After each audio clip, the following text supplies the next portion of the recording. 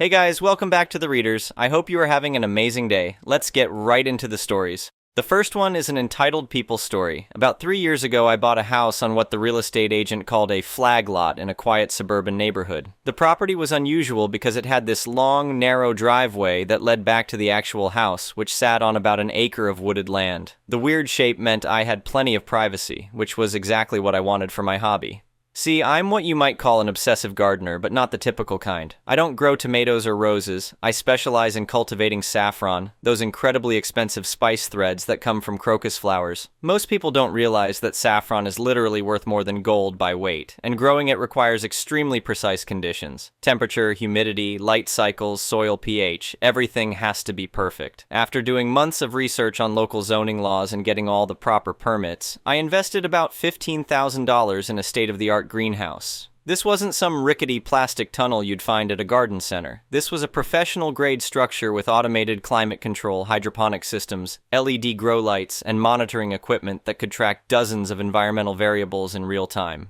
From the outside, it looked more like a small laboratory than a traditional greenhouse. The setup was completely legal. I had checked every zoning requirement, obtained all necessary permits, and even had an electrician pull proper permits for the electrical work. I kept all the paperwork in a thick folder, organized and ready, because I'm the type of person who likes to have all my ducks in a row. For the first 2 years, everything was perfect. My little saffron operation was thriving, and I was actually starting to make decent money selling to high-end restaurants and specialty food stores. The greenhouse sat peacefully in the back corner of my property, barely visible from the street and completely screened by mature oak trees. Then my neighbor moved in. The house next to mine had been empty for months after the previous owners relocated for work. When the moving trucks showed up last spring, I didn't think much of it. I'm not the type to rush over with a casserole and introduce myself. I figured we'd meet naturally over time, maybe wave when getting the mail. I should have known I was in trouble when the first thing the new neighbor did was install a 6-foot privacy fence along our shared property line. Not because I minded the fence, but because of how she did it. She had the survey done twice, questioned the markers, and then had her fence installed exactly 1 inch inside her own property line. Most people would just eyeball it, or maybe leave a foot or two of buffer. This woman was making a statement about boundaries. The first real interaction came about 3 weeks after she moved in. I was enjoying my usual morning coffee on my back deck, looking out at my peaceful little sanctuary, when I noticed movement near the fence line. There she was, standing on what looked like a step stool, holding binoculars and staring directly at my greenhouse. When she saw me watching her, she didn't wave or look embarrassed. She just lowered the binoculars and went back inside her house.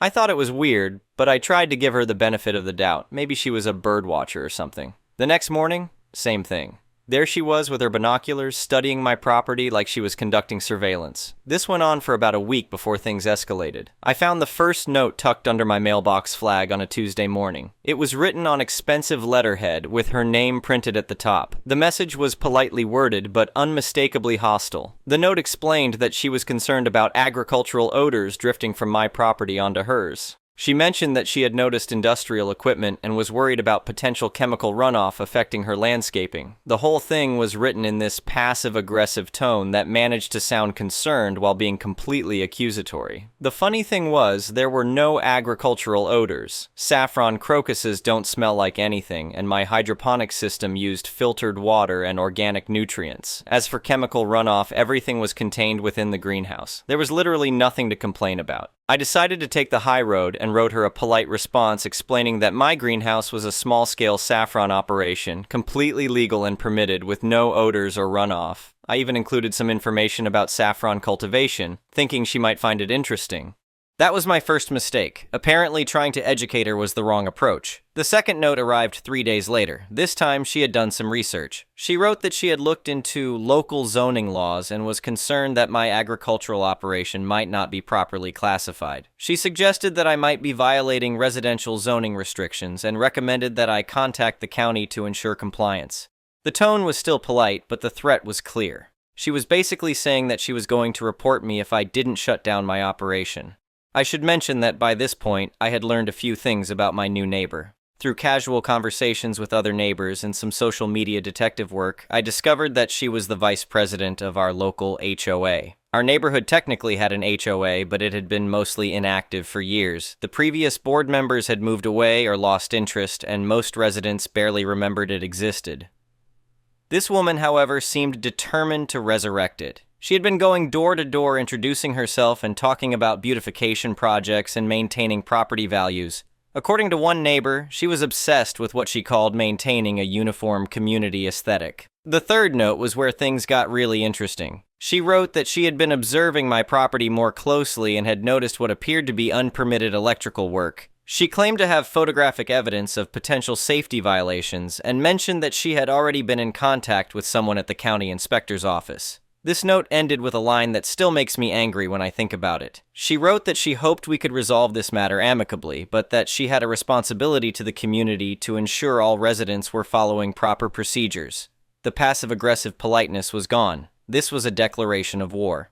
That weekend, she cornered me at my mailbox. I was coming back from a morning run when I saw her waiting by the street, clearly positioned to intercept me. She started the conversation by introducing herself properly and saying that she hoped we could discuss the situation as neighbors. Then she launched into this whole speech about property values and community standards. She told me that my greenhouse, while possibly legal, was creating what she called visual pollution. She said it looked industrial and out of place in a residential neighborhood. She was particularly bothered by the LED grow lights which were visible through the greenhouse panels at night. Then she dropped the bomb. She said that she had already called a county inspector and that someone would be coming out within the next 2 weeks to investigate potential zoning violations and unpermitted electrical work. She delivered this news with this smug little smile, like she was doing me a favor by giving me a heads up. Then she said the line that I'll never forget. She looked me right in the eye and said, "I have photographic evidence of everything, honey. I hope you have good lawyers." I stayed completely calm, which seemed to surprise her. I told her that I welcomed the inspection because everything was completely legal and properly permitted. I mentioned that I had all the paperwork organized and ready to show the inspector whenever they wanted to see it. My calm response seemed to infuriate her. I think she was expecting me to get defensive or angry, maybe even to offer to shut down the operation to avoid trouble. Instead, I thanked her for letting me know about the inspection and said I looked forward to clearing up any misunderstandings. As I walked back to my house, I heard her muttering something about people who think they're above the law. Over the next few days, things got worse. She started what could only be described as a social media campaign against me. She posted in our neighborhood social media group, sharing blurry photos of my greenhouse and asking if anyone else was concerned about the industrial facility that had been built without proper community input. The photos were interesting for a reason she probably didn't expect. I'm pretty good at reading angles and perspectives from my photography hobby, and I could tell immediately that these photos weren't taken from the street or from her property. The angle and distance suggested they were taken from a specific grove of oak trees that was definitely inside my property line. I had walked that area many times while planning the greenhouse placement, and I knew exactly where my boundaries were. The survey stakes were still visible, and there was a small stone retaining wall that marked the property line on that side. Those photos were taken from at least 10 feet inside my property. That night, I drove to the electronics store and bought a high-end trail camera designed for wildlife monitoring. The next morning, I installed it in the oak grove, positioned to capture anyone who might be wandering around that area. The camera was one of those fancy models with motion activation, night vision, and 4K video quality. It was virtually invisible among the trees, and it would timestamp and GPS tag everything it recorded. 3 days later, I got the jackpot. I was reviewing the camera footage on my laptop when I saw her. There she was, clear as day, climbing over the stone retaining wall and walking around my property. She had a phone in her hand, taking photos and videos of my greenhouse from multiple angles. The timestamp showed she had been there for almost 20 minutes, walking right up to the greenhouse walls and peering through the panels. At one point, she actually tried to open one of the access doors. I saved multiple copies of the footage and backed them up to cloud storage. Then I waited. The county inspector called me the following Tuesday to schedule an appointment. He introduced himself and explained that they had received a complaint about potential zoning violations and unpermitted work on my property. He sounded professional but slightly annoyed, which I later learned was because my neighbor had been calling his office almost daily asking about the status of the investigation. We scheduled the inspection for Thursday morning. I spent the evening organizing all my permits, receipts, and documentation into a neat folder. Thursday morning arrived and I was having my usual coffee on the deck when I saw the county vehicle pull up. Before the inspector could even get out of his truck, my neighbor appeared from her house and walked quickly to the street. The inspector was exactly what you'd expect from someone who had been doing this job for decades. He was probably in his 50s, wearing work boots and a polo shirt with the county logo. He introduced himself and shook my hand with the firm grip of someone who had dealt with every type of property dispute you could imagine. My neighbor immediately approached us, clipboard in hand, and introduced herself as the vice president of the local HOA. She started explaining that she had been the one to file the complaint and that she had extensive documentation of the violations. The inspector listened politely but cut her off when she started getting into specifics. He told her that he would need to conduct his own investigation and that he would speak with her later if necessary. We walked back to the greenhouse and I handed him my permit folder. He spent about 10 minutes going through everything, checking permit numbers against his own records on a tablet. Then he spent another 30 minutes examining the actual structure. He looked at the electrical connections, tested the GFCI outlets, checked the ventilation systems, and even measured setbacks from property lines. Finally, he asked me to explain exactly what I was growing and how the operation worked. I walked him through the whole saffron cultivation process, showed him the crocus bulbs and the few precious threads I had already harvested.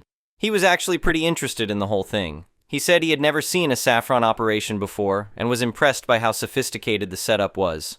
By this point, my neighbor had been pacing around her yard, clearly frustrated that she couldn't hear what we were discussing. When we started walking back toward the front of the property, she rushed over to intercept us. She immediately started pulling printed photos out of a folder, showing them to the inspector and pointing at various parts of my greenhouse.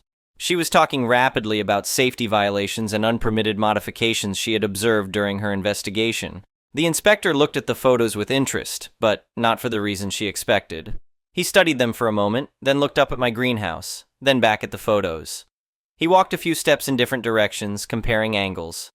Finally, he looked at my neighbor and asked the question that changed everything. "Ma'am, how did you get this angle of the electrical panel? You'd have to be standing right against the greenhouse wall to get this perspective." She started stammering about being very observant and having good eyesight, but the inspector wasn't buying it. He pointed to another photo that showed the back corner of the greenhouse with some equipment that wasn't visible from any public area. "And this one, you'd have to be standing in those oak trees to get this shot." That's when I pulled out my phone and showed him the trail camera footage. The video was crystal clear. There was my neighbor climbing over the stone wall, walking around my property, and taking photos from multiple angles inside my property line. The inspector watched the whole thing in silence. When it was finished, he looked at my neighbor, who had gone completely pale. He explained that not only was my operation completely legal and properly permitted, but that he was required to note the trespassing in his official report because it had interfered with a legitimate inspection. He told her that she had wasted county time and taxpayer dollars to file a complaint against what he called a model property that exceeded all code requirements. Then he said something that made the whole ordeal worthwhile. He looked at her with this expression of professional disdain and said that he had never seen a more thorough and compliant agricultural operation in a residential setting. My neighbor tried to argue that she had only been trying to protect the neighborhood, but the inspector cut her off. He told her that trespassing was a serious matter, and that she could face legal consequences for interfering with a county investigation. After he left, I sat on my deck with another cup of coffee and watched my neighbor pace around her backyard on her phone. I could only catch bits of conversation, but it sounded like she was trying to do damage control with someone. Over the next few days, the story spread through the neighborhood. Apparently, several other residents had been uncomfortable with her aggressive approach to the HOA revival, and this incident was the last straw. Within a week, she had been forced to resign from her position as vice president. The HOA board, what little of it existed, issued a statement distancing themselves from her actions. I decided to make everything official by having a lawyer friend draft a cease and desist letter. The letter cited the trail camera footage as evidence of trespassing and harassment, and it made clear that any further interference with my property would result in legal action. The letter was delivered by certified mail, and I never heard from her again directly. She did leave one more note, actually, but it was very different from her previous communications. This one was a brief apology that mentioned she had been going through a difficult time with the move and had overreacted to what she called unfamiliar agricultural equipment. But the story doesn't end there. The really satisfying part came about 2 months later. Our neighborhood has an annual garden tour that raises money for local charities. It's organized by the same social media group where my neighbor had tried to rally opposition to my greenhouse. After everything that happened, several neighbors suggested that my operation should be included in the tour, I was hesitant at first, but eventually agreed. The tour was scheduled for a Saturday morning in late summer, right during peak saffron harvest season. About 30 people came through my property that day. Most had never heard of saffron cultivation before, and everyone was fascinated by the high-tech setup. I explained the whole process, from planting the bulbs to harvesting the tiny red threads by hand. At the end of the tour, I gave each visitor a small glass vial containing a few saffron threads. These little vials would have cost about $20 each at a gourmet food store, but I was happy to share my harvest with neighbors who had been supportive. Everyone loved the tour, and several people mentioned that they had learned something completely new. A few asked if I would be willing to give talks at local garden clubs or agricultural groups. The local newspaper even wrote a small article about the tour, with a photo of me standing in front of my greenhouse holding a handful of crocus flowers. But the most satisfying moment came at the very end of the day. As the last visitors were leaving, I noticed my neighbor watching from her backyard. She had been conspicuously absent from all the neighborhood activities since the inspection incident. I walked over to my mailbox to collect the small pile of business cards that people had left for me, and I saw her standing by her fence. For a moment, I considered walking over and offering her one of the saffron vials. It would have been the neighborly thing to do, and it might have helped repair the relationship. But then I remembered her smug expression when she told me about calling the inspector. I remembered the way she said honey when she threatened me with legal trouble. I remembered those photos taken from inside my property. Instead, I just waved politely and went back inside. That evening, as I was processing the day's harvest under the warm LED lights of my greenhouse, I realized that this whole experience had taught me something valuable about privacy and boundaries. My neighbor had been so obsessed with controlling what other people were doing on their own property that she had completely forgotten to respect basic boundaries herself. She had been so sure that she was in the right that she had documented her own illegal behavior. The trail camera footage was still saved on my computer, time-stamped and crystal clear. Every few weeks, when I was having a bad day, I would watch it again and smile. The best part was that her trespassing had actually helped me improve my security. After installing that first camera, I decided to upgrade my whole surveillance system. Now I had cameras covering all the entrances to my property, motion-activated lights around the greenhouse, and a smart doorbell that recorded everything. The irony was perfect. Her attempt to spy on me had resulted in me having much better surveillance of my own property. As fall arrived and the saffron season wound down, I reflected on the whole experience. I had learned that sometimes the best response to aggression is simply to follow the rules and let other people's bad behavior speak for itself. I had also learned that documentation is everything. If I hadn't installed that trail camera, it would have been my word against hers about the trespassing. The video evidence had made all the difference, but most importantly, I had learned that there's something deeply satisfying about watching someone's own actions come back to bite them. I hadn't plotted any elaborate revenge or done anything to hurt my neighbor. I had simply maintained good records and let her create her own problems. The final vindication came in the form of a letter from the county inspector's office.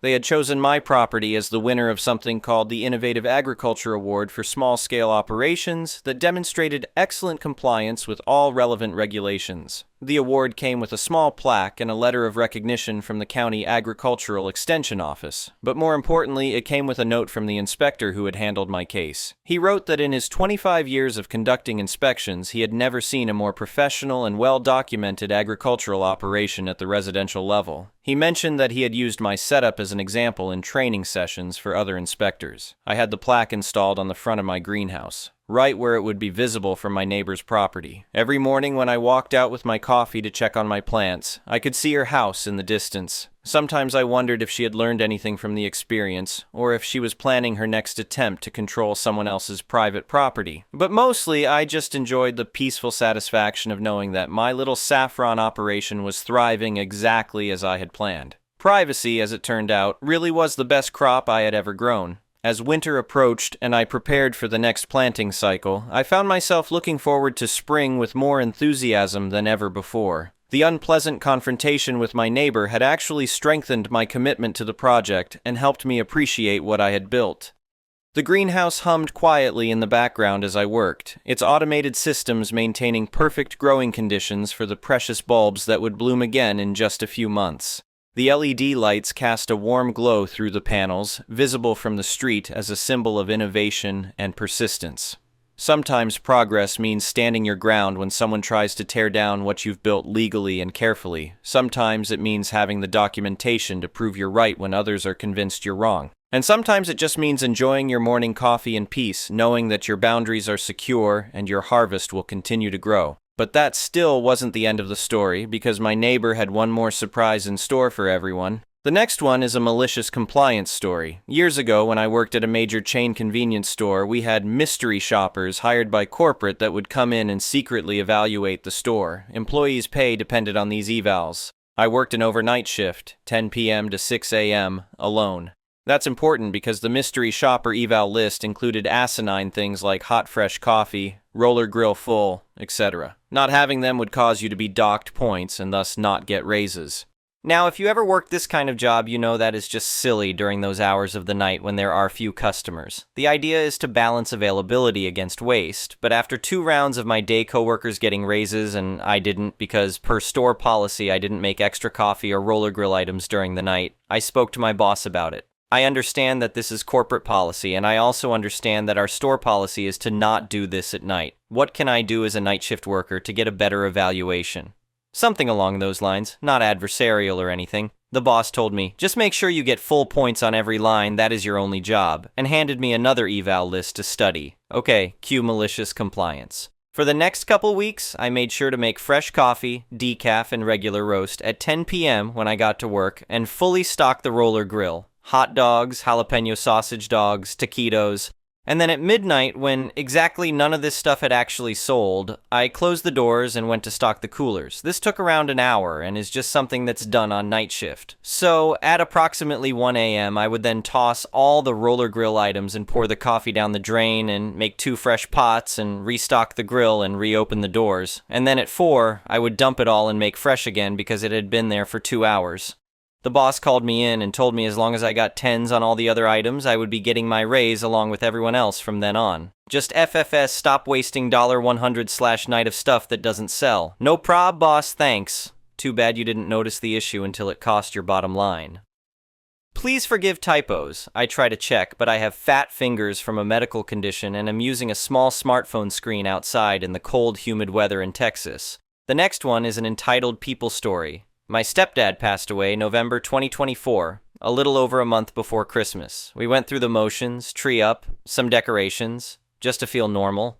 We didn't really want a huge family Christmas, but it didn't matter what we wanted. The family decided they were coming to stay, and that was it. Cue this one family member and their ridiculously entitled behavior. Before coming to stay at my mother's house, invited themselves by the way, they had informed my mother they would be bringing their pet dog with them. My mother told them not to, as her little dog gets quite stressed around others, and with my siblings bringing their dogs too, it'd be too much. So family member makes the hours-long drive, calls my mother halfway and informs her that they had the dog with her and said dog would be sleeping in the bed with them, no arguments. It's about an 11-hour drive, so they couldn't turn back and leave the dog with the pet sitter, so they arrive Christmas Eve. Judgmental and rude remarks were made about the house, not being perfectly tidy. For dinner, as is Christmas Eve tradition, we usually get takeout. Well, this family member complained about the crap dinner and reprimanded my mother for not cooking for them.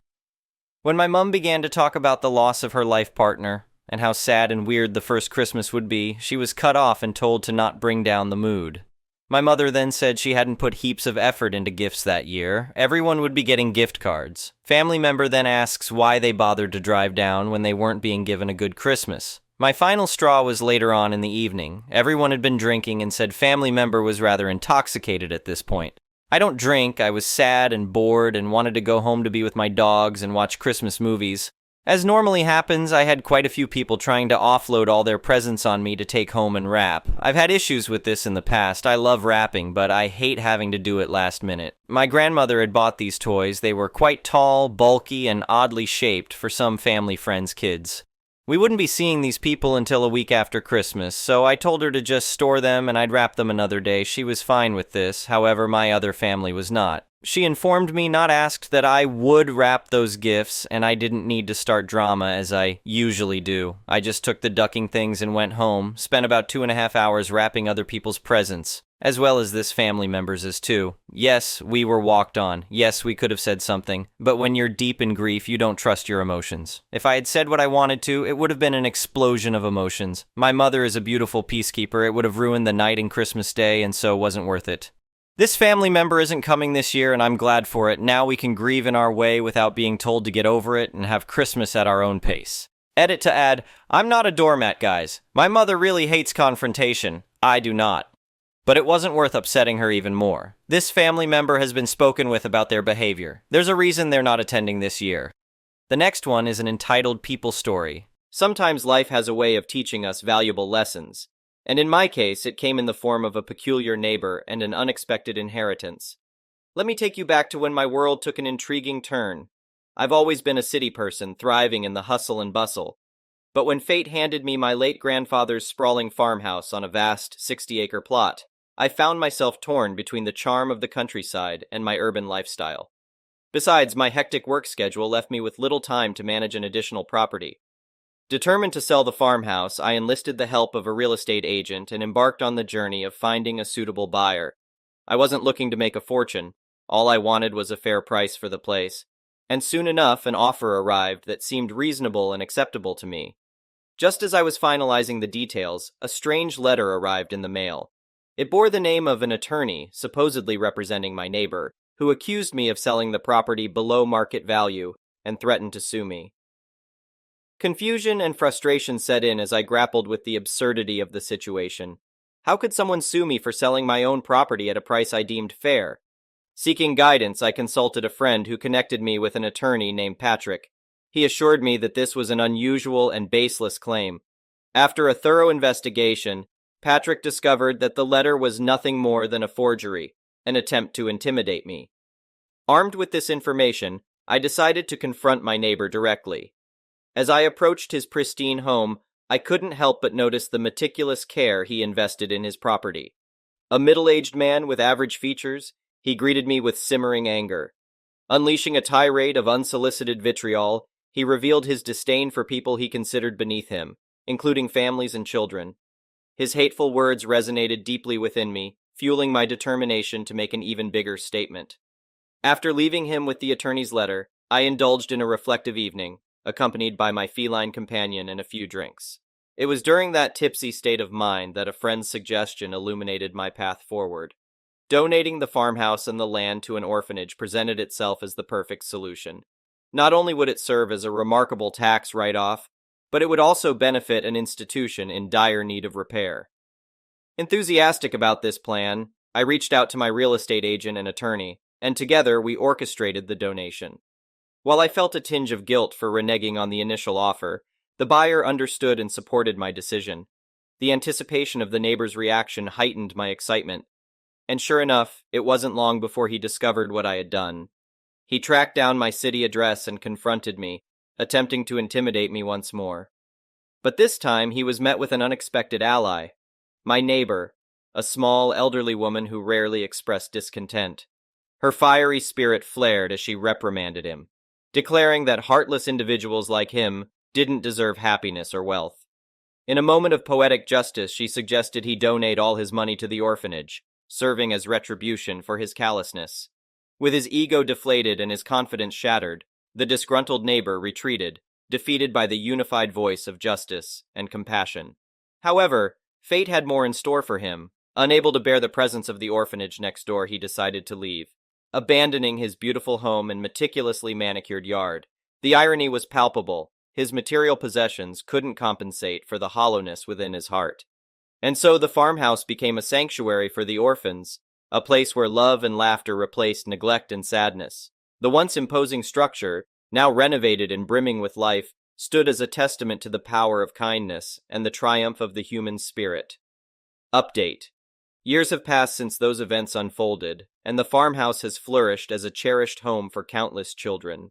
The orphanage expanded its reach, touching the lives of even more young souls in need. As for me, the experience transformed my perspective on life and ignited a passion for philanthropy.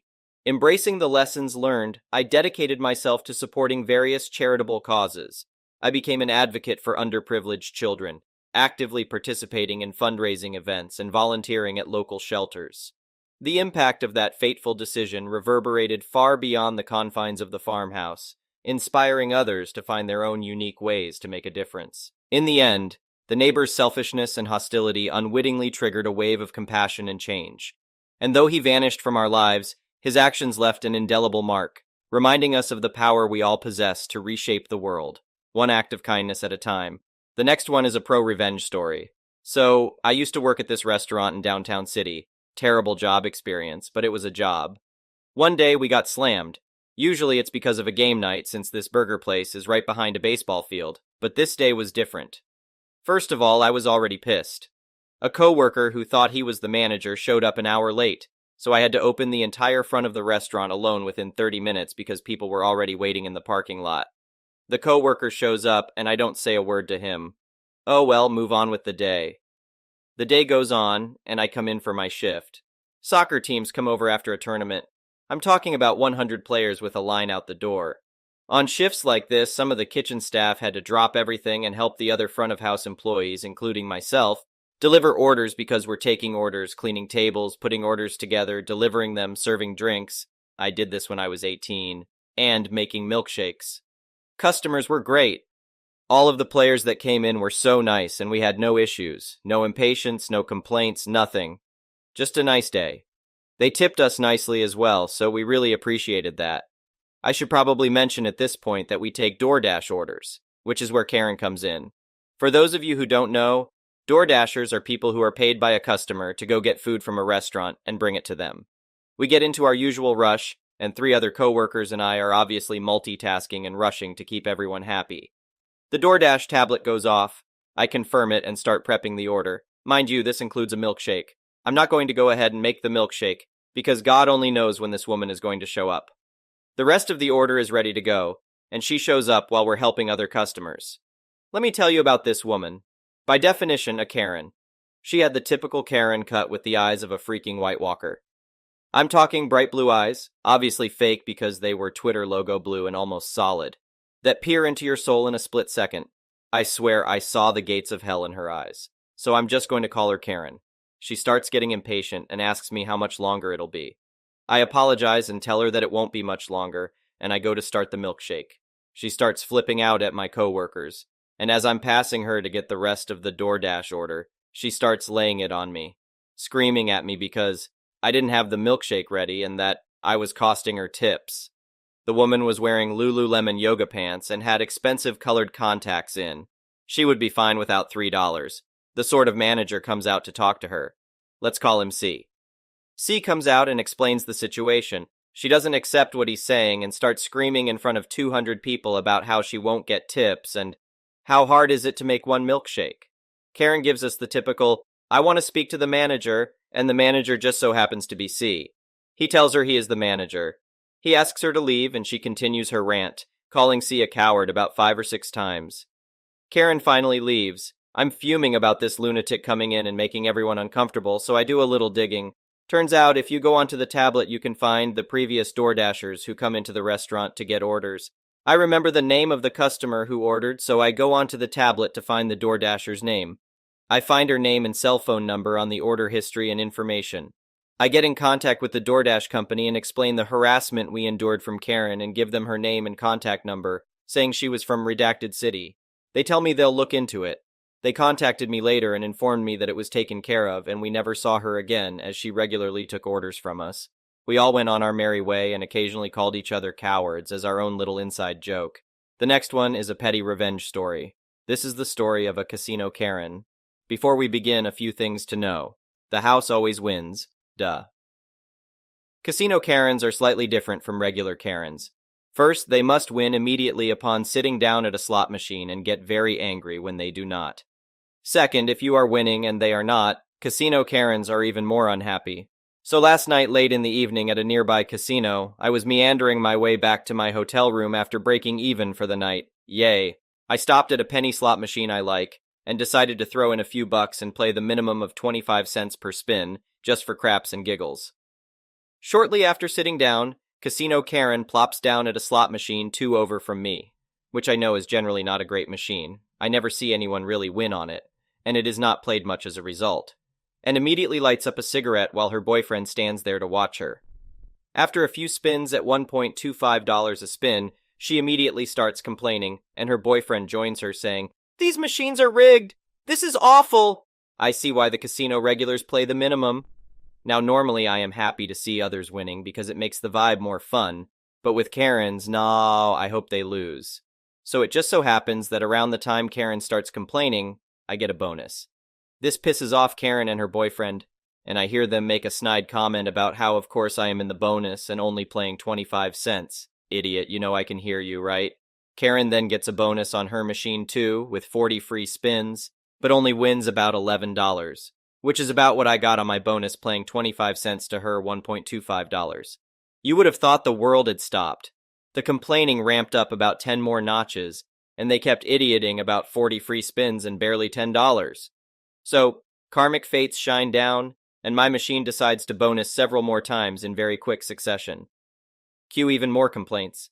I try to be nice and tell them that I played it earlier at $1.25 a spin and couldn't get a bonus to save my life. Isn't that how it goes? I get in the bonus at minimum bet. Silence from Karen and her boyfriend. Okay, that's how it is going to go. I was already irritated at the snide remark. Casino Karen proceeds to continue her non-stop complaining. Normal people just get up off a bad machine. And I can tell she is eyeing my machine, ready to jump at the chance to get on it if I leave. I've been gambling for a long time. I know when someone wants my machine. Despite being tired, part 1 of Petty Revenge is I decide to keep playing just to annoy her. And I managed to hit a $50 bonus, which, as you can imagine, irritated her since it would have been $250 if I was playing $1.25 like her. About 3 Karen cigarettes later, she finally leaves, but only goes about 7. 8 machines down. I can tell her boyfriend keeps looking my way to see if I have left. Part 2 of Petty Revenge is I pull out a ticket I haven't cashed in yet from another machine that has about $250 in slot credits on it, and I insert it into my machine. This way, it looks like I won a really big bonus if they walk by to see how I am doing and how many credits are on my machine. Of course, about 15 minutes later, they stroll by, and I can tell they are super annoyed to see that I have over $350 in credits on the machine. Ha ha ha ha. Once it was clear they were gone for good, I cashed out and went to bed. The next one is a malicious compliance story. I used to work in a training center for a Fortune 500 company.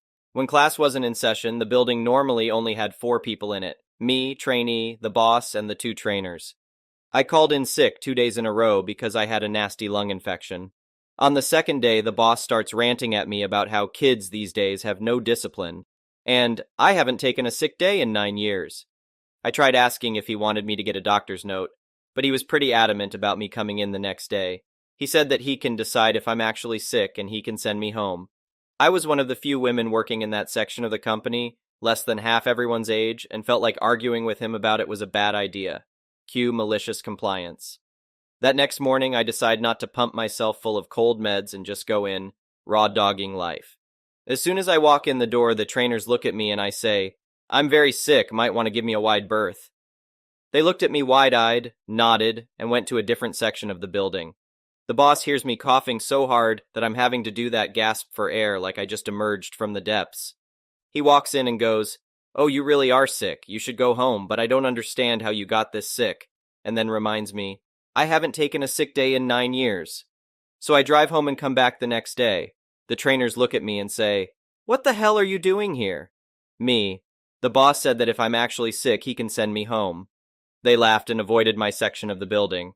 The boss once again hears me coughing and gasping for air and comes in and dismisses me, and this time tells me that he doesn't need more proof. I can come back when I feel better. 4 days later, Mr. I haven't taken a sick day in 9 years. Was sick with some nasty lung nonsense and was out for a week. If only he had more discipline. The next one is an entitled people story. This happened last October 1st, the morning of my daughter's wedding. Had I not been in a hurry to get to the venue, things may have played out differently. I will never know. I was there to buy distilled water for the steamer needed to steam her dress and the bridesmaids' dresses. Time was of the essence. I was patiently waiting in line with an elderly couple finishing up in front of me. The woman was standing in front of the CC payment terminal, and the cart was after her. Her husband was at the end of the cart, bagging groceries. The cashier mentioned she would bag his items, and he cheerfully replied he had done it for years for a living and didn't mind. His wife laughed and said he liked helping out. I was in line, as I mentioned, and I had my debit card ready in my hand. I smiled and chimed in on the conversation. I tend to talk with my hands, so as we were all chatting, I was waving my right hand in the air. My hand was visible the entire time. Suddenly I was shoved hard from behind. I was pushed into the little old lady, and she in turn shoved the cart into her husband. My first thought was someone tripped and fell into me. I recovered and looked behind me to see this elderly man, hair sticking straight up, mask below his nose, glaring at me while he slammed items onto the conveyor belt. The conversation went like this. Me, can I help you? EP, I shoved you because you shoved her, and I'm not about to let you shove me, so I beat you to the punch, ha ha ha. He's yelling this at me, pulling his mask down and leaning into my face. Idiot. I could feel myself getting hot all over. I don't like confrontation, but he actually hurt my shoulder. I have fibromyalgia, and a simple hug can be excruciating. Meanwhile, the old couple in front of me just booked it out of there.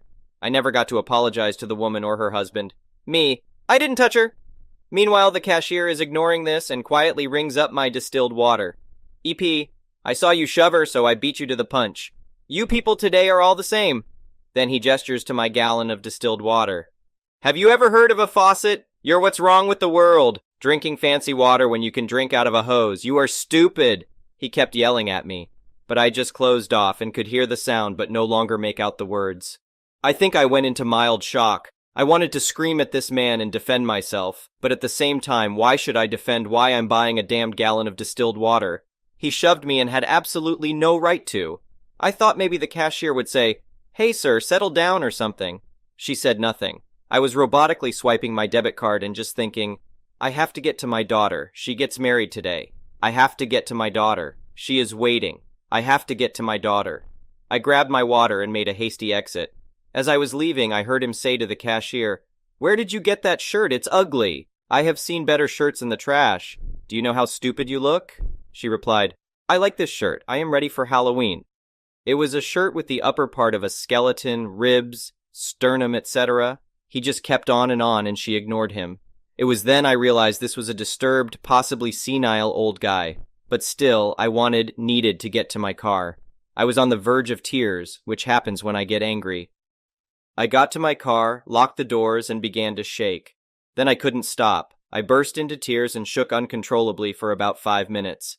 That's when it hit me. I was assaulted. And I did nothing. I froze. I was victimized mildly, but I cannot imagine how women recover from more violent assaults, and I have deep respect for those who can. My shoulder was on fire. Absolutely no employee in that store came to my defense. I drove to my daughter's venue, still in shock. After the wedding, hours later, I am in the shower. My husband comes in, and I have a bruise the size of a tennis ball on my left shoulder area. He inquired, and when I explained, white-hot rage went through this man. My giant of a husband would have never allowed that man to do what he did. Had he been there, we most likely would have been delayed by the police, so I am grateful that didn't happen. I think about it all the time. I wish I had defended myself. I wish the cashier had called security. I wish I had not crawled inside myself and shut down the way I did. To anyone who has survived assault, you are brave. You matter. You did not deserve it. You are a survivor. Mine was a rough shove, and I still shake when I think about it. The next one is an entitled parent story.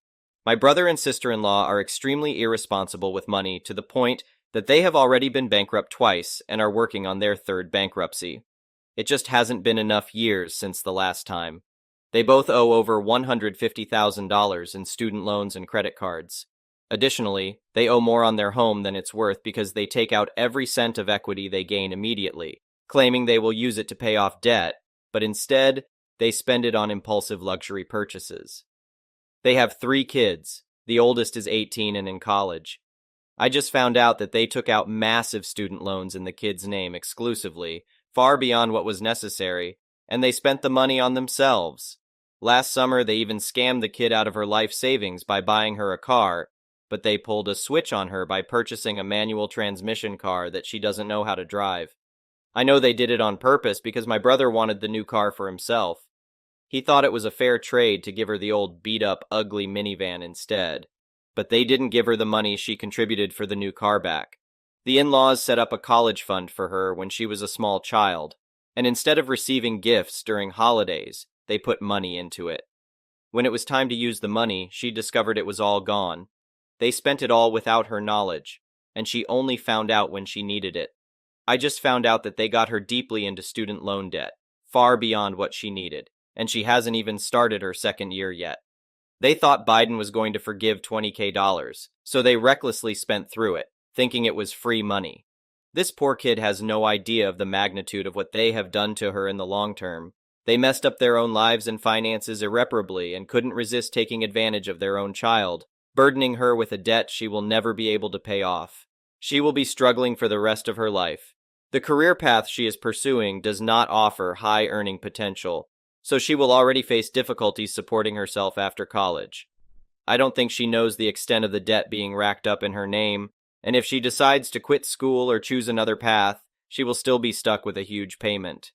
Tuition is super cheap since she stayed in state, so they could have easily paid out of pocket and avoided putting her in the same situation they are in.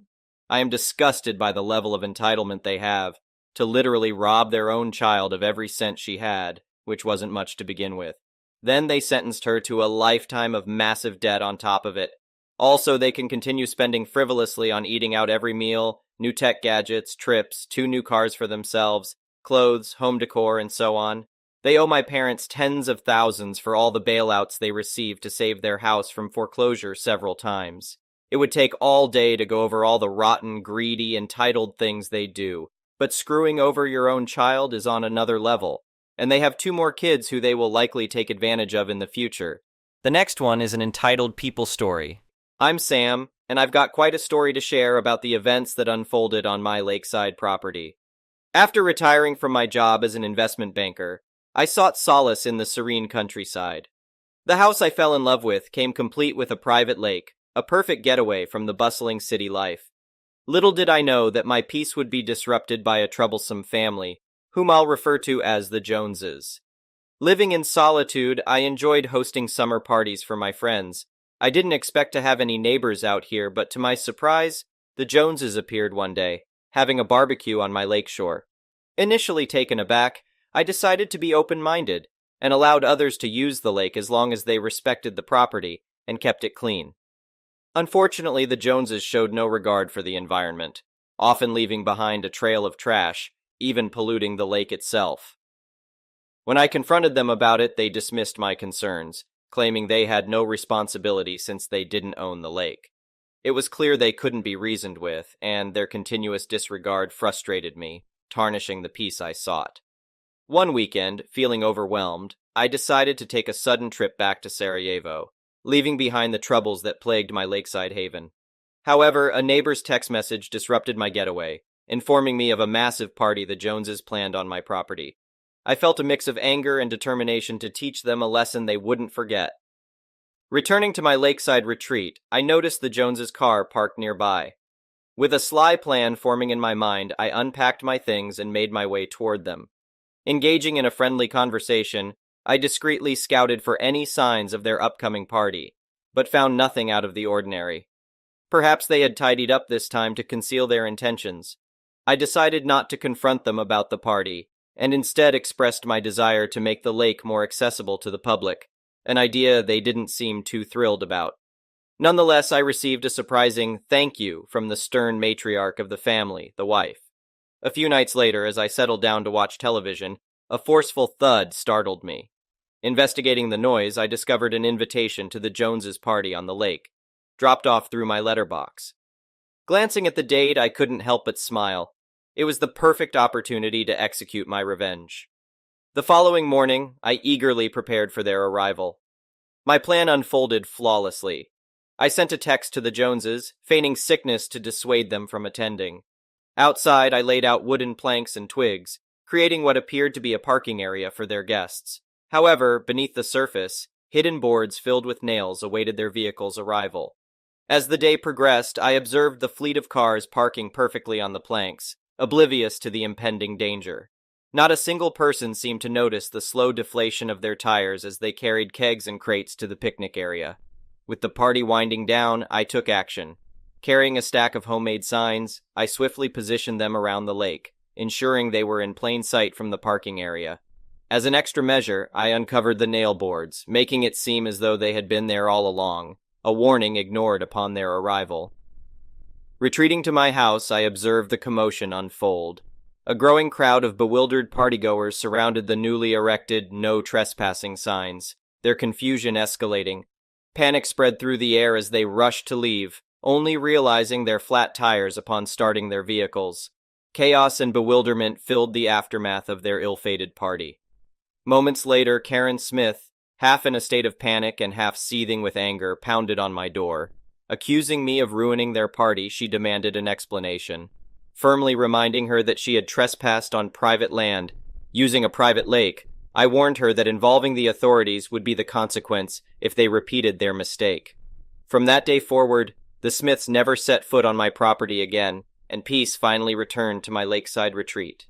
The incident served as a reminder to all those who dared to trespass that the lake held its own secrets, capable of delivering swift and dramatic retribution. As for me, I reveled in the satisfaction of restoring the tranquility I sought when I first moved here. The next one is a pro-revenge story. This all happened around Christmas, New Year's, but I just found this sub and am obsessed with it now, so I have to share my story. My grandparents immigrated to Canada from Italy in the 70s and opened up a restaurant. When they passed away, the restaurant went to my parents. Over the decades, they grew and expanded it. I have been working at the restaurant since I was 15. Over time, my parents got older and eventually retired, becoming snowbirds, going to Florida for the winters. They left the restaurant to me a few years ago, but still retained a small percentage ownership as an additional revenue stream, along with their savings and annuities. As soon as I gained control, I pretty much modernized the old place. I remodeled the restaurant, changed the logo, reached out to local and national papers to put out ads, and invited food critics, bloggers, vloggers, etc. It was very slow at first, and I began to worry that the loan I took out to do all this was the biggest mistake I had ever made, and I had ruined 3 generations of my family's business. But eventually it began to work, and a local semi-famous YouTuber featured us in one of his videos, which was the catalyst for more people to come and review. Eventually, we were seeing 5x10x the business we usually got, even on a Monday. We became a hotspot for major events, and it wasn't uncommon for a celebrity to visit. On those nights, I even arranged for special high-profile chefs to visit and cook for our guests, which costs a fortune. So during the holidays, we were beyond packed. It got to the point where people would have had to make reservations in July to get a table in December. This process took years to get to where we are now. When it gets busy, I don't just sit in the back office. I'm on the floor doing whatever needs to be done, even if that means greeting people, bussing tables, or even mopping the floors. On other nights, when we have high-profile guests or events, I'm in a blazer and am in charge, though. On one night, a group of 6 women walked in. 5 of them looked like they were still in their early 20s, and the head of the group looked like she was in her mid-20s. My best theory was that she was one of the other 4 girls' older sister, or possibly an older sorority sister to an incoming college freshman. I was greeting at the door as they were walking up. Queen Bee Karen was telling the baby Karens how this place is awesome, the food is amazing, and there might even be celebrities here. When she came up to me, she told me she needed a table for 6. I replied, "Of course, can I please get the name on the reservation?" She looked at me and said, "Oh, I didn't make one, but it's okay. The owner is a personal friend of mine. He said he always has 1 or 2 tables that he keeps open for special guests, and said we can have one of those tonight." Now, generally, this is true of many high-profile restaurants, and lately I have been doing that as well. But I had no clue who this woman was, and she definitely never spoke to me about any of this. I did get that she was trying to get in without a reservation, but she literally picked the worst person she could possibly talk to and try this. I told her, "I am sorry, but we cannot seat anyone without a reservation. As you can see, we do not have any seats available."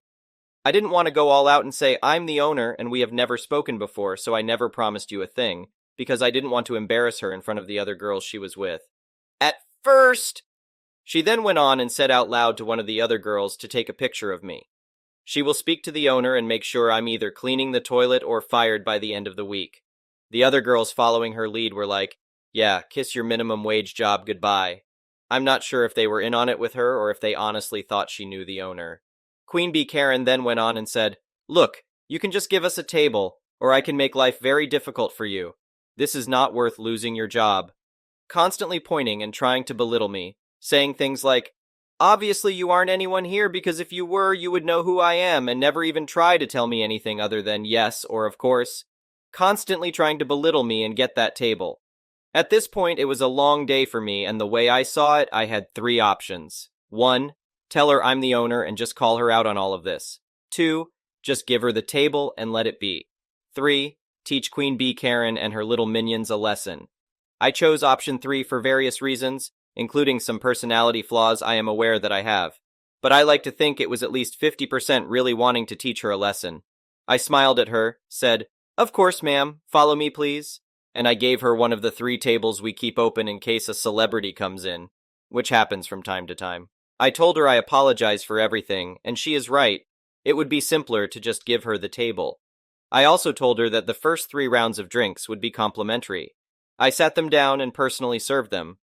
As they were sitting down, I told them we needed one of their credit cards and IDs just to keep on file, and we would give them back before they left. Queen Karen gave me her cards and told the baby Karen minions that tonight was on her. I took their orders, got them their free drinks, and told them that due to how busy we were that night, there might be a delay on the food. All the girls were only thinking about their free rounds. They ordered their 3 rounds and still no food. They eventually called me and asked me to check on it, the whole time giving me the world's nastiest attitude since even before they ordered. I told them I would check on it, but also asked if they would like any more drinks. They ordered 2 more rounds by the time the appetizers arrived. At this point, they were all drunk. They had done nothing but drink on an empty stomach most of the night, and only had salads after. As more food arrived, more drinks were ordered. What these girls never realized was that they were at our VIP table, which alone costs a few thousand just to sit in, but I didn't charge them for that. What I did charge them for was all the super expensive cocktails they had throughout the whole night, except for the first 3 rounds. In addition, the table they were sitting at, as mentioned, was VIP, so the menus were a bit different. For one, they didn't say prices on them, trade secret, and in addition they had certain higher-end menu options, such as white truffle, black caviar dishes, and specially imported West Coast oysters, among other things. At one point in the night, I was honestly rethinking what I was doing, and thought I might be going too far with these poor girls. They might not know any better, but some things reassured me throughout the night, such as one of the baby Karens asking me if I felt like my life was worthless, since all I ever became was a waiter. Also, one of my other employees told me how they were discussing how to duck with me, to the point that they can just do this whenever they want, and I will always give them a table. I also overheard them say, "He's cute, but I would never date a waiter like that, he is such a pushover." There were a bunch of comments like that the whole night, so I kept on with their life lesson. By the end of the night, each girl racked up a bill in the range of $500, $600 per girl. When I handed Queen Karen the bill of $4,232.23 with tax and tip included, of course, I had never seen anyone sober up so quickly. She went from laughing and giggling with her friends to nearly in tears. She called me over instantly and asked if this was some kind of joke. I took the bill, looked it over, and said, "Oh yes, I apologize. I will get you the correct bill in a moment." Again, she felt a complete sense of relief, thinking she got someone else's bill, called me a duck idiot, and went on to talk to her friends. To be fair, I did make a mistake. I forgot to count her 8th order of a dozen oysters that costs about $120 per order, so I gladly went back and added it to the order. When I went back to give her the correct bill, she flipped out again, going crazy. I just asked if there was something on this bill that she didn't order. She and the girls, in shock, went over every single line of the bill, including the first few lines that showed their original 3 rounds, which said complimentary. They then took out their phones and went over everything line by line for the 100th time, adding everything up. Extremely rattled, Queen Bee Karen simply said, "1 second, I need to use the washroom." Part of me thought that she might just pull a dine and dash and leave the baby Karens with the bill, but low-key, I did, in a way, remind her that we had her ID and credit card without making it obvious that I thought she was going to run out on the bill. 10 minutes later, she comes back with new makeup. Obviously, she had been crying, and makes up a whole story about how the food was awful, the drinks were bad, and so on. She demanded that, as a bare minimum, I should cut the bill in half, with the agreement that the baby Karens would chip in, even though she originally told them the night would be on her. Then, as if a light bulb went off in her head, she mentioned her relationship with the owner, as if it were to give me additional incentive to cut the bill in half. Holding back a grin at this point, I told her, No, just no, I can't change the bill. She whipped out her phone and showed me a series of texts with someone called my restaurant's name, owner, which I realized was what she was doing in the bathroom. Probably changed one of the other Karen Minion's contact names and deleted previous texts to start this new script. I read them, then clicked on the contact info and told her, "That's not the owner's cell number." Her reply was, "He has multiple phones for business and stuff. Of course, you don't know all his numbers." I remember thinking, wow, this girl thought of everything except I'm the actual owner. I told her, how about this? If we call him and he says it's okay to take 50% off the bill, then I'll do it. Her reply was yelling and screaming, and by this time the few remaining customers all began to start looking, and I knew it was time to end this. I told her, already in a less accommodating voice, "Cut the crap, little girl. You don't know the owner. You have never been here before, and if you keep yelling, I will call the police." Her demeanor changed, and she tried to defend herself the best she could.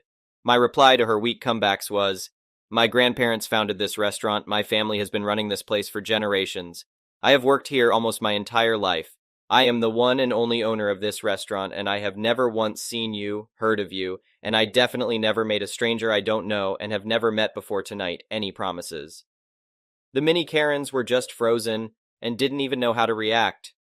Queen Bee Karen was in tears. I said, "Now, I gave you the table you wanted, one of your specially reserved tables for high-end clients, which I didn't charge you for, and I gave you 3 rounds of free drinks. If you don't pay your bill, I will call the cops and hand them your ID." In tears, Queen Karen signed the bill, and the mini Karens took out their purses to give her whatever cash they had, which amounted to maybe a couple of $100s with the promise to pay her back more. 2 days later, a man walks into my restaurant fuming and asks one of my bartenders to speak to me. I was in the back office for a bit working, so he waited a good half hour for me. He was Queen Bee Karen's father. She was with him, keeping her head down. I took them both to my office and showed him highlights of the security cameras, which were especially good quality of audio because they were in the VIP area, and we had to keep good records of it due to other unrelated incidents before. So I showed him most of it, their comments, their orders, everything. When all was said and done, he stormed out with her, screaming at her the whole time they were walking away. I haven't seen or heard from either of them since, but the original bill I gave them, the one that didn't count the $120 oysters, is framed on my desk. Side note, I didn't lose as much overhead on the table and 3 rounds as you might think. The table was originally supposed to be empty, so I didn't lose anything since I didn't expect to gain anything to begin with. The overhead for the food and other drinks more than covered the loss on the 3 free first rounds. I thought about posting this on Nuclear Revenge, but I read some of the stories there, and I think making this girl pay a few thousand and giving her a life lesson doesn't qualify. Some of the revenge there is life-ending revenge stories and losses in the tens or hundreds of thousands. The next one is a petty revenge story. I was a grocery checker in the 90s. One day around noon, I was working the 10 items or less, or cash-only express line that was used by many people who were just grabbing a quick sandwich for lunch. It was important to keep out people who had carts full of groceries. There was one other regular check stand open across from me that had one person being checked out with a large cart full. I didn't have anyone in my line at the time. Karen pulled up to the other check stand with a heaping cart and noticed me standing there. She asked if I could check her out. I told her, "No, I'm sorry, I have to be available for people grabbing lunch." Over the next 30 seconds, she just stared at me and then pulled her cart up to my check stand and started putting all of her things on my check stand. She said, "You're not doing anything, you can check me out." So I was kind of stuck. I tried to check her out as fast as I could and didn't say much, and wouldn't you know it, pretty soon I had a line of about 5 people standing there with their sandwiches and Cokes glaring at me. Remember, it was a cash lane. So as I was finishing her order, Karen took out her checkbook and wrote a check. Mind you, she didn't start writing it until I was about done, causing more delay.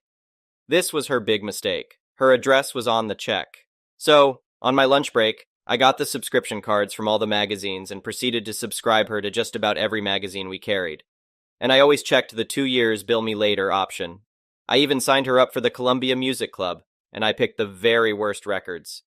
Weeks later, when she started getting all of the mags and bills for them, there was no way she would connect it to the checker she was rude to. I was probably one in a long string of cashiers she was rude to. Winner, me. The next one is a malicious compliance story. It has been a while, and I had a pro forma manager. Actually, we switched roles now and then. Sometimes he was my manager, sometimes I was his, who backed me every time, and vice versa. We are still friends. Without going into details, a part of our job was reports. The marketing department used to come up with, "We need this and that," and my job was to translate these requests into something useful and comprehensible for upper management. More often than not, those requests lacked an understanding of the overall market, but that's why I was involved. I often just translated them, informing them of what I had done. In the market, sometimes the figures are not as good as expected. Who is to blame? The market? The planning? No, the reports are tinkered with. That's why they look so bad. One day, at that time, boss came up to me and said, "Do not think," to which I replied with a dumbfounded, "Huh?" We had a good laugh, and he explained to me that they expected me from then on to write the reports exactly as requested, and the reports would only be reviewed by him, aka he would just automatically forward me the requests triggered by certain keywords. But every conversation we had ended with, "And remember, do not think." I really hated that time, but I did exactly as I was told. It hurt to see the nonsense, the lack of coherent comparison, but I was not supposed to think. The figures looked better, but were so ridiculous that, after a couple of months, our general manager came to us and asked what was going on after marketing couldn't explain the reports, again. Not wanting to harm the company, I actually did double the work. One report for marketing and another correct one to be stored for later, and for my boss, as I was fully aware of the situation. We could explain. We even had comparisons ready and something for him to report to his regional manager. Of course, this had an impact. Suddenly, the position of head of marketing was vacant. One HR person who threatened us with repercussions left the company shortly after. I think 3 other people were demoted and left after a couple of months. And the GM greeted us with, "You are free to think again for a week or two." The next one is an entitled people story. I had always thought that renting out one of the extra rooms in our house was a brilliant idea. It seemed like a win-win situation. We could earn some extra cash while helping someone in need of a place to stay. Little did I know that this decision would plunge us into a nightmarish ordeal. After our previous tenants moved out, leaving the house to just my husband and me, we decided to find a new renter. The man we chose seemed perfectly ordinary during the interview, and everything went smoothly for the first few months. He kept to himself, barely crossing paths with us, and mainly used the kitchen and front door. It seemed like a harmonious arrangement until a peculiar stench began to emanate from his room. At first I tried to ignore it, hoping it would dissipate on its own, but as the smell grew worse, my concern deepened. My husband, being more direct, confronted our tenant about the issue. The man assured us he would clean up and eradicate the odor, but the stench persisted, lingering like a dark secret. What disturbed us even more was his resistance to allowing us access to the room. He had installed his own locks without seeking permission, locking us out of a part of our own home. As much as I respected his right to privacy, I sensed there was more to this situation than met the eye. Our obligation to maintain a safe living environment compelled us to investigate further. One day, while the tenant was away, my husband made the difficult decision to break down the door. What we discovered inside shattered any remaining illusions of normalcy. The room was a festering den of decay, with remnants of spoiled food strewn across the floor, but the true source of the putrid odor was revealed to be drugs. His room had become a hub for illicit activities. It became apparent that his supposed job was merely a front, concealing a hidden world of drug dealing. We knew we had to act swiftly to protect ourselves from potential harm and legal repercussions. We promptly served him with an eviction notice, expecting a relatively peaceful departure. Yet we were soon to realize that our troubles had only just begun. A few days later, returning from dinner, we discovered our keys futilely resisting the lock. As we stood outside, bewildered, a familiar face emerged from a window. It was the ex-renter himself. He had broken into our house and changed the locks, trapping us outside our own sanctuary. While my husband unleashed his fury, engaging in a heated exchange with the intruder from the front lawn, I dialed the emergency line, urgently seeking police assistance. I relayed the bizarre situation, emphasizing that this was not a mere break-in but an ongoing residency dispute. Law enforcement recognized the gravity of the situation and responded swiftly to our distress call. As the police stormed into our home, we remained at a distance, unable to witness the unfolding events. However, the frenzied shouting and cursing from within indicated that the intruder was not going down without a fight. It was clear he believed he had some rights to the room he had defiled. The officers wasted no time in reading him his rights, placing him under arrest for trespassing and breaking and entering, but the ordeal did not end there. The ex-renter decided to sue us for wrongful eviction, suspending the criminal charges temporarily. Determined to protect our rights and restore justice, we presented the court with the rental contracts and photographic evidence of the room's deplorable state. The evidence was unequivocal, showcasing the necessity of the eviction and justifying our decision to retain his security deposit to cover damages. Justice prevailed, and the court ruled in our favor. He was held accountable for his actions, compelled to reimburse us for changing the locks and repairing the damaged doors. The drug-related charges, however, remained separate from our case, leaving us uncertain of his fate in that regard. With the compensation we received, we restored our home, erasing the scars left behind by this harrowing episode. We made a solemn vow never to rent out a room again, choosing to safeguard our peace of mind and protect our home. My husband suggested obtaining a restraining order, ensuring that the intruder would face severe consequences should he ever attempt to approach or enter our property again. Though we haven't encountered him since, the thought of a possible encounter still fills me with a mixture of dread and anger. One can only hope that fate keeps us far apart, for the consequences of crossing paths once more could be dire indeed. The next one is a pro-revenge story. This story is about 5 years old, and as you will read in the end, it is still ongoing and will probably continue for a long time. It starts with Mrs. P, the principal, because that's what she is. Mrs. P started as a special needs kids caretaker, studied through the years of work, and graduated with a doctorate in special education. After 20 years of experience, she was asked by the council of a medium-sized city to open and run a new special needs school. She accepted the offer, and after 4 years she had a school with 150 kids, which is a huge number for a special education school. Such schools need more staff than regular schools, not just teachers, but also other caretakers, and the job isn't always clean and easy, so naturally Mrs. P is always looking to hire. Then comes Karen. Karen just finished college and graduated with a degree in education at the top of her class. Her professor was on Mrs. P's school board and recommended her with very warm words. Karen was basically hired before she even sent her resume.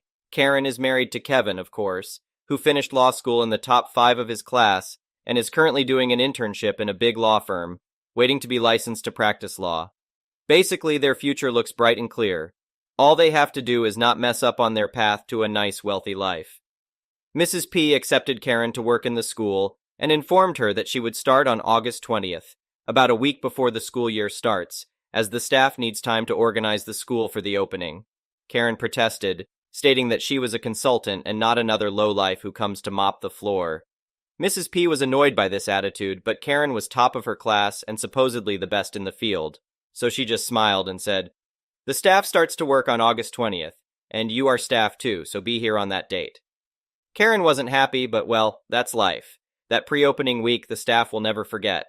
While teachers, nurses, and other members worked together hard to get the school in shape, including painting the walls, setting up equipment, and doing other chores you don't learn in college, Karen fixed up her own room, sat in it all day, and played with her phone.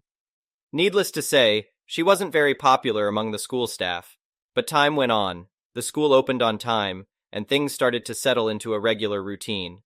Karen was causing more and more issues.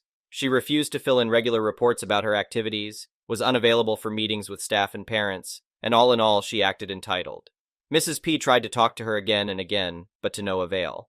Eventually, Mrs. P asked the professor, the one who gave Karen her degree and was on the school's board, to work with Karen daily and coach her on how to work and function in a real school environment, as apparently she didn't learn that in college. But even that didn't help. Karen was hated by all the school staff, and her work was done poorly and getting worse every week. Mrs. P had a weekly meeting with Karen and the professor to discuss her performance and how to improve. Meanwhile, important reports and other documents were left unfilled, and the care for the children was getting worse every day. Eventually, a parent filed a complaint about the poor treatment his child received, and the board became aware of the issues. A meeting was scheduled with the board, Mrs. P, and Karen. The professor promised Karen that if she organized her paperwork and acted respectfully, everything would be all right. Karen knew she was in trouble now, but just couldn't stop being difficult. So on the day of the meeting, Karen was a no-show, no call. She didn't show up that day, the day after, or the week after. Without Karen, the board could only hear Mrs. P's side of the story, but they already knew it. So the meeting was delayed until Karen would show up. Needless to say, this didn't help her case at all. Anyway, Mrs. P and the professor tried to reach Karen by phone, but it went straight to voicemail. Eventually, Mrs. P had no choice. Karen had been a no-show and no call for over a week. She had to have a really good explanation to avoid being fired. Mrs. P called Karen and left a message on her voicemail, expressing her concern and stating that she hadn't heard from her in over a week. She requested Karen to be in contact as soon as possible since finance wanted to cut her pay. Finally, Karen called in. She had been sick the whole time and would return to work in 2 days. Mrs. P marked the date and scheduled a meeting with the professor and Karen first thing in the morning. If Karen was indeed sick and had a doctor's note, she would not be fired, but she would receive a stern talk about not contacting the school. The day came, and Mrs. P and the professor sat in her office waiting for Karen to arrive. But she didn't come. Mrs. P tried to call her but got her voicemail again. She was angry, and so was the professor. Karen had set a new record in wasting everybody's time. Karen showed up 2 hours late, and Mrs. P called her to a meeting immediately, before anything else. She asked the professor to join, even though she had canceled her other plans to be there. The meeting finally started 3 hours late. Thankfully, Karen had a doctor's note, so she was safe on that front. However, she was about to receive a strong reprimand. About 10 minutes into the meeting, Karen burst into tears. The meeting was paused to calm things down, but it wasn't over. After a few minutes, everyone reconvened, and Karen spoke up. "I am still not okay. I still feel sick, and I want to go home now." Mrs. P was silent, and the professor commented, "As a board member, I must say that as long as you are sick, your job is safe. However, since this is your first year, you haven't accrued any sick days or vacation days. You will not be paid for this time." Karen just said, "We will see about that," collected her things, and left. Karen remained sick for another 2 weeks, and her position was left vacant. Mrs. P did what she could to fill the void, as did others, but it was clear that a person was missing, and the position needed to be filled. Eventually, Mrs. P called Karen again to ask how she was doing and when she would be back. Karen expressed that she couldn't handle the pressure and wanted to quit. Mrs. P was stunned by this. Karen was only in her first year, and quitting in the middle of the year could jeopardize her future. Finding another consultant in the middle of the school year was almost impossible. Mrs. P kept her thoughts to herself and simply stated that she didn't think it was necessary or wise. She told Karen to take some time to feel better and come back. But Karen didn't return, and after 2 more weeks of absence, her husband called to inquire why no money had been paid. He received the obvious answer that Karen had no right to paid sick leave. He grew angry and threatened to explore legal options, which, in lawyers' terms, meant, "I want to sue you." It became clear that the bridge had been burned and Karen would not be coming back. Mrs. P began looking for a replacement, but the options weren't great. Eventually, she convinced a retired consultant to come out of retirement just to save the year. The replacement started working but couldn't be paid because the position was still officially occupied by Karen, who was still on sick leave. Board members began calling Karen as it was clear that she would not speak to Mrs. P. They asked her to return, and when she refused, they requested her resignation to keep the school running smoothly. Karen claimed she would only return if she was paid for all her sick leave, but nobody was willing to fulfill that demand. The mess grew bigger and bigger, parents started hearing rumors, and the overall climate was not good. Finally, Kevin, Karen's husband, called in and said he wanted to sue the school for payment. He spoke with the city lawyers, who explained that Karen could not sue the school or the city while she was still sick or registered as an employee. She had to stop one of these conditions. The day after, Karen appeared at the school with a standard resignation letter, citing mental and health issues caused by the toxic environment as her reasons. Finally, after more than 2 months, the position was clear and filled right away. What had been rumors had now become fact, and parents were aware that something had happened. In a group chat with Mrs. P, they asked her what it was all about.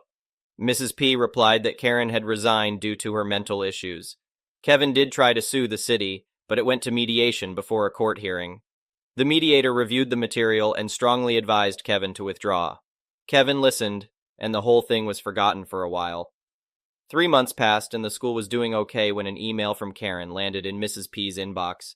In short, dry legal language, Karen informed Mrs. P that she knew she had been slandering her in public. She claimed to have screenshots as evidence that Mrs. P had falsely claimed she had mental issues.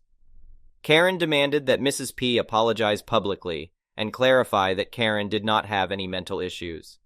Her resignation was due to professional disputes. Mrs. P was shocked. She knew for a fact that Karen was, let's just say, not mentally stable, and she had her resignation letter to prove it.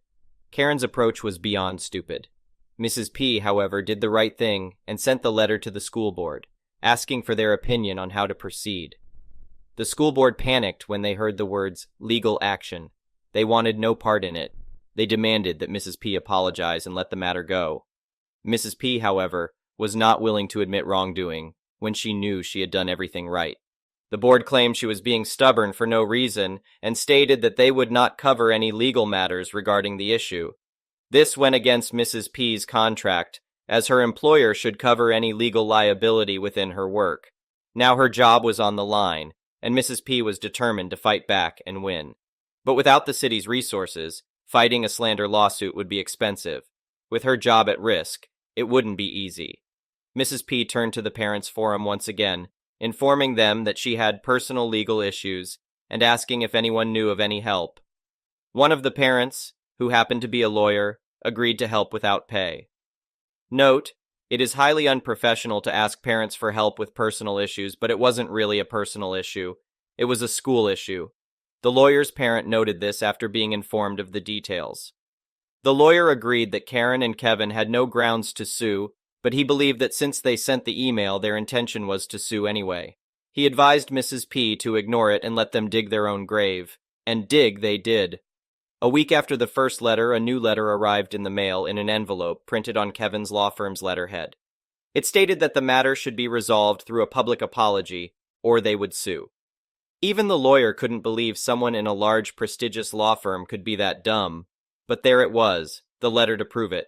A trial would take time and cost money, even if he was doing it for free, not to mention that Mrs. P would be fired regardless of the result. They had to find another solution. The lawyer realized that stupid people needed a stupid solution. He thought about it for a while and remembered that he had a college classmate who worked at that firm. He called his classmate and asked how he was doing now that they were both successful after college. Apparently, his classmate had worked hard and become a junior partner in the firm. When the lawyer mentioned the case, his friend was surprised. He hadn't heard about it, and lawyers in large firms gossip like old women. A slander suit against a special education school? It was the juiciest gossip in town, but it was also a PR nightmare. He and the other partners would never take a case like that, as it would make them look like greedy lawyers who would take advantage of anyone for money. He promised to investigate and find out what was going on in the firm. It didn't take him long. The next day, he called the lawyer back. He discovered that no lawyer in the firm was aware of the case. It turned out that Kevin had used the firm's letterhead to send the letter without any higher-up lawyers knowing. This was good news for their lawyer. Together, they planned the right response to Kevin and Karen, one that would shut them down for good. The lawyer called Mrs. P and shared his plan. It was easy, simple, and malicious. Mrs. P didn't like it, but she agreed because it was the best and fastest way to resolve the situation. Next, the lawyer drafted a settlement agreement and called Kevin to see if it would suffice. The agreement stated that Mrs. P would apologize to Karen in the most public way she can and would post all legally related documents alongside the apology on the school's website. It also stated that the apology could take any form, as long as it could be found through a Google search and had a link from the school's webpage. Furthermore, it declared that after the apology, Karen and Kevin would be barred from suing the school ever again and would have no further demands from Mrs. P or the school. The final clause stated that if any unrelated issues arose from this agreement, Karen and Kevin would be held liable for any consequences, and the school could demand compensation for any losses incurred. Kevin agreed to all the terms, and within 2 hours, Karen and Kevin signed the agreement. The next stage was ready to launch. The lawyer went to Mrs. P's office with the necessary equipment and the apology transcript. He set up a video camera, and Mrs. P read her apology. She began with an introduction, describing who she was, her career achievements, degrees, and recommendations. She also introduced Karen, detailing her career thus far, and her degree, none as far. After the introduction, Mrs. P explained that Karen had claimed to leave the school due to professional disagreements. and any comments suggesting mental or health issues were false. Mrs. P expressed her apologies if Karen or anyone else had heard otherwise, or if Karen's feelings were hurt. In essence, anyone who watched the video could understand exactly who Karen was, even without Mrs. P explicitly stating it. After the recording was completed, it was uploaded to the school's YouTube channel, and a dedicated section was created on the school's website, showcasing the video and all related documents, including the threatening letter sent by Kevin on his law firm's letterhead. A link to this section was sent to Kevin with a short message. "This settles the matter. Don't contact us ever again." Karen and Kevin had lost the battle. A month passed, and Kevin was suddenly fired from his firm. It turned out that he was not in a position to send a threatening letter using the firm's paper without any oversight from higher-ranking lawyers. His actions constituted fraud. Although he was reported to the bar, a scandal and PR disaster were avoided, and Kevin was simply let go without further punishment. The firm sent a letter to the school, admitting Kevin's fraudulent behavior and requesting the removal of the threatening letter he had sent. The school agreed and graciously removed Kevin's letter, but in its place they published the letter from the firm, admitting Kevin's fraudulent actions. Kevin's reputation in the business was ruined. Any lawyer he approached for a job asked him why he had left the prestigious firm before even advancing past the initial stage. A simple search of his name revealed his fraudulent actions against a special education school. No one was willing to hire him. Meanwhile, Karen continued to search for a job in her field. She had to wait until the new school year began. Her college professor was unwilling to provide any recommendation, and she had to explain the missing year on her resume to potential principals. A few school principals contacted Mrs. P after learning that Karen had worked with her. Mrs. P could only state that, due to legal issues, she couldn't discuss Karen, but that all the information was available in the legal section of the school's website. This was enough to discourage any principal aware of Karen's lawsuit from hiring her. Karen lost that school year and had to find other jobs to support herself. She found a job as a secretary in an office that didn't Google search her name and worked there for a couple of months. However, one day the manager decided to search Karen's name out of boredom. Karen was fired the next day for a minor mistake.